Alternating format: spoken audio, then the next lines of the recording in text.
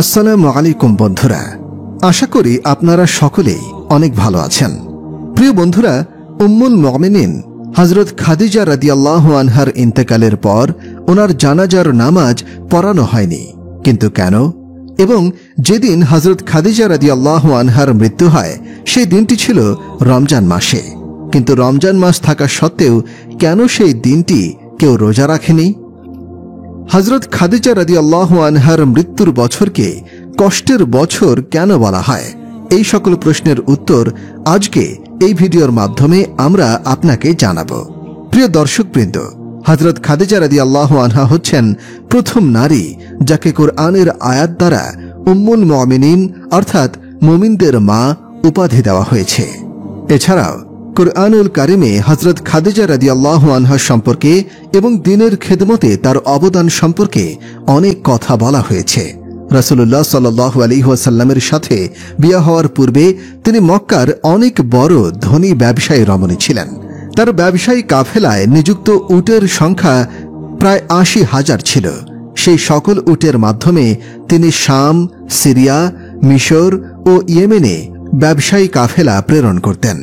কিন্তু আল্লাহর রাসূল সাল্লাল্লাহু আলাইহি ওয়াসাল্লামের সাথে বিবাহের পর তিনি তার সমস্ত সম্পদ ইসলামের কল্যাণে আল্লাহর রাসূলের হাতে সমর্পণ করেন, যাতে ইসলামের প্রচার ও প্রসারে ব্যয় করতে পারেন।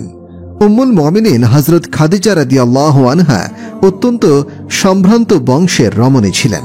তার পিতা খুয়াইলিদ ইবনে আসাদ এবং মাতা ফাতেমা বিনতে জাহিদা।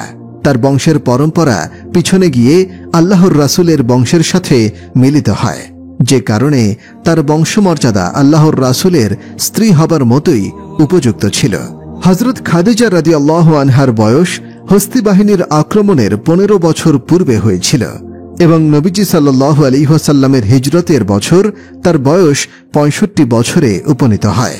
তিনি ৬৫ বছর বয়সে ইন্তেকাল করেন। হে আল্লাহর রাসূল, আপনার নিকট খাদিজা রাদিয়াল্লাহু আনহা আগমন করেছেন। তার হাতে একটি পাত্র রয়েছে, তাতে তরকারি এবং খাবার দাবার নিয়ে আসছেন। যখন তিনি আপনার কাছে আসবেন, আপনি তাকে জানিয়ে দিবেন যে আল্লাহ তাআলা এবং জিবরাইল তাকে সালাম জানিয়েছেন এবং তাকে সুসংবাদ দিবেন জান্নাতের মাঝে তার জন্য একটি মণিমুক্তা খচিত প্রাসাদ তৈরি করা হয়েছে, যেখানে কোনো কষ্ট থাকবে না, কোনো শব্দ হই হুল্লোড় থাকবে না, শান্তি ও নীরবতা বিরাজ করবে। আরেকটি হাদিসে হযরত আলী রাদিয়াল্লাহু আনহু থেকে বর্ণিত, রাসূল করিম সাল্লাল্লাহু আলাইহি ওয়াসাল্লাম বলেন, ঈসা আলাইহিস সালামের সময় নেককার নারী ছিল হযরত মারিয়াম আলাইহিস সালাম। ঠিক তেমনি আমার সময় সবচেয়ে সম্মানিত এবং নেককার নারী হচ্ছে খাদিজা। হযরত আব্দুল্লাহ ইবনে আব্বাস রাদিয়াল্লাহু আনহু হতে বর্ণিত, নবী করিম সাল্লাল্লাহু আলাইহি ওয়াসাল্লাম একদিন মাটিতে 4টি দাগ টানলেন। তারপর সাহাবীদেরকে উদ্দেশ্য করে জিজ্ঞাসা করলেন, তোমরা কি জানো এরা কারা? সাহাবীরা উত্তর দিল, আল্লাহ ও তার রাসূল সবচেয়ে ভালো জানেন। তখন আল্লাহর রাসূল সাল্লাল্লাহু আলাইহি ওয়াসাল্লাম বললেন, এই 4 জন হচ্ছেন জান্নাতের সবচেয়ে সম্মানিত 4 মহিলা। একজন হচ্ছে খাদিজা বিনতে খুয়াইলিদ, দ্বিতীয় জন ফাতিমা বিনতে মুহাম্মদ, তৃতীয় জন ফিরআউনের স্ত্রী আসিয়া এবং চতুর্থ জন হযরত মারিয়াম বিনতে ইমরান। হযরত খাদিজা রাদিয়াল্লাহু আনহা আল্লাহর রাসূলের প্রথম স্ত্রী ছিলেন। আল্লাহর রাসূল সাল্লাল্লাহু আলাইহি ওয়াসাল্লাম খাদিজাকে এতটাই ভালোবাসতেন যে যতদিন খাদিজা রাদিয়াল্লাহু আনহা জীবিত ছিলেন ততদিন তিনি অন্য কোনো নারীকে বিবাহ করেননি। হুজুরে পাক সাল্লাল্লাহু আলাইহি ওয়াসাল্লাম হযরত খাদিজা রাদিয়াল্লাহু আনহার বিষয়ে বলতেন, আমি তার চেয়ে উত্তম কোনো স্ত্রী পাইনি।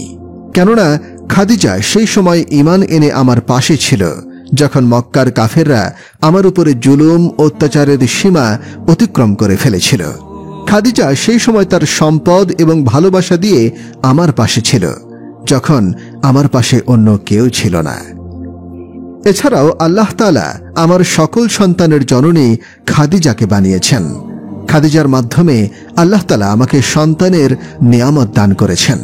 আল্লাহর রাসূল সাল্লাল্লাহু আলাইহি ওয়াসাল্লাম এবং খাদিজা রাদিয়াল্লাহু আনহার মধ্যকার বন্ধন এবং ভালোবাসা ছিল অসীম। হযরত খাদিজা রাদিয়াল্লাহু আনহার ইন্তেকালের পর তার জানাজার নামাজ আদায় করা হয়নি। মূলত এটা এই কারণে যে খাদিজা রাদিয়াল্লাহু আনহা যখন ইন্তেকাল করেন তখন 5 ওয়াক্ত সালাত সহ জানাজার সালাত বা অন্য কোনো সালাতের বিধান নাজিল হয়নি। ঠিক একইভাবে হযরত খাদিজা রাদিয়াল্লাহু আনহার ইন্তেকালের দিন রমজান মাস হলেও সেই দিনে কেউ রোজা রাখেনি, কেননা তখন রমজানের রোজা ফরজ হওয়ার আয়াত নাজিল হয়নি। একই বছরে আল্লাহর রাসূলের প্রিয় চাচা আবু তালিব ইন্তেকাল করেন। এই দুজনই আল্লাহর রাসূলের পাশে ছিলেন, তার কঠিন সময়ে সব ধরনের সহযোগিতা করেছেন। সামান্য কিছুদিনের ব্যবধানে সবচেয়ে প্রিয়তম 2 ব্যক্তির ইন্তেকালে আল্লাহর রাসূল মানসিকভাবে বিপর্যস্ত হয়ে পড়েন। এই কারণে এই বছরকে কষ্টের বছর বলা হয়। হযরত খাদিজা রাদিয়াল্লাহু আনহার মৃত্যু নবীজির হিজরতের এবং সালাত ফরজ হওয়ার বছরেই হয়ে থাকে।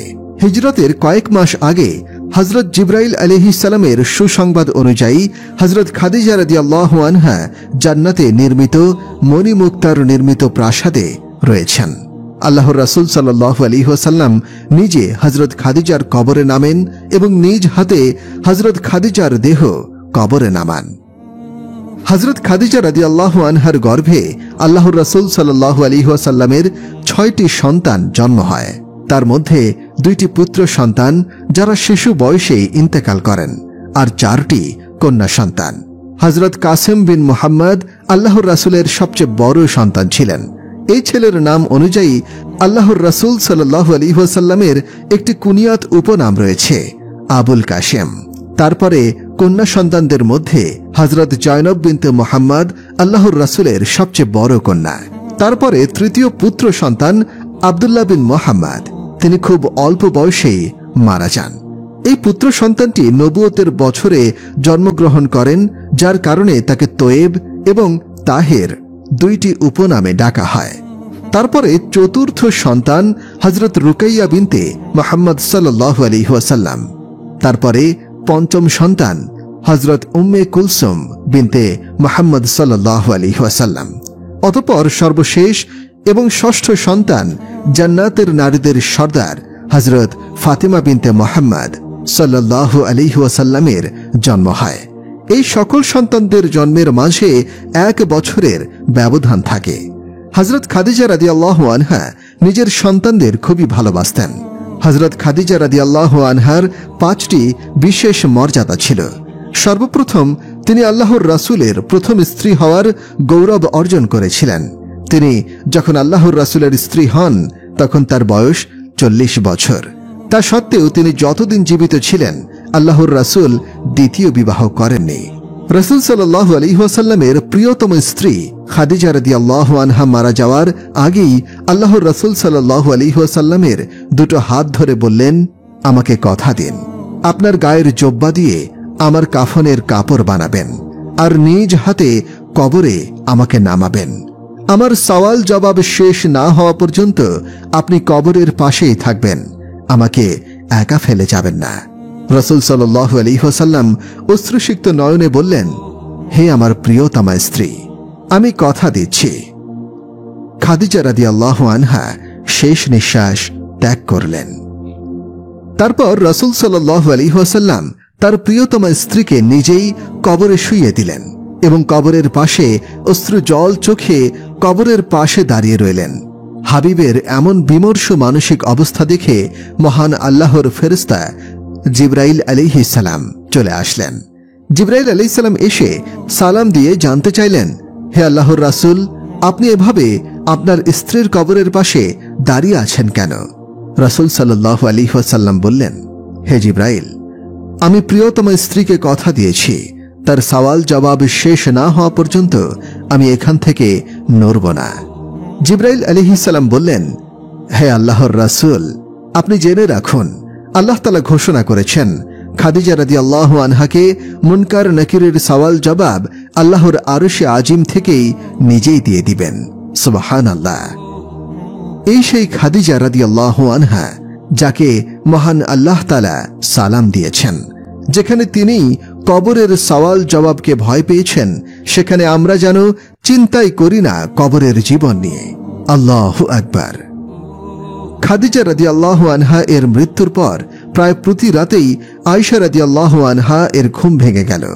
উঠে এসে তিনি দেখতেন রাসূল সাল্লাল্লাহু আলাইহি ওয়াসাল্লাম কান্নারত অবস্থায় আল্লাহর কাছে মিনতি করছেন, হে আল্লাহ, যখন শেষ বিচারের দিন ছেলে বাবাকে চিনবে না, বাবা ছেলেকে চিনবে না, স্বামী স্ত্রীকে আর স্ত্রী স্বামীর চেহারা দেখে বিস্মৃত হবে, তখন যেন আমি আমার প্রিয়তমা স্ত্রী খাদিজাকে চিনতে পারি এবং তাকে দেখে যেন বিস্মৃত না হই।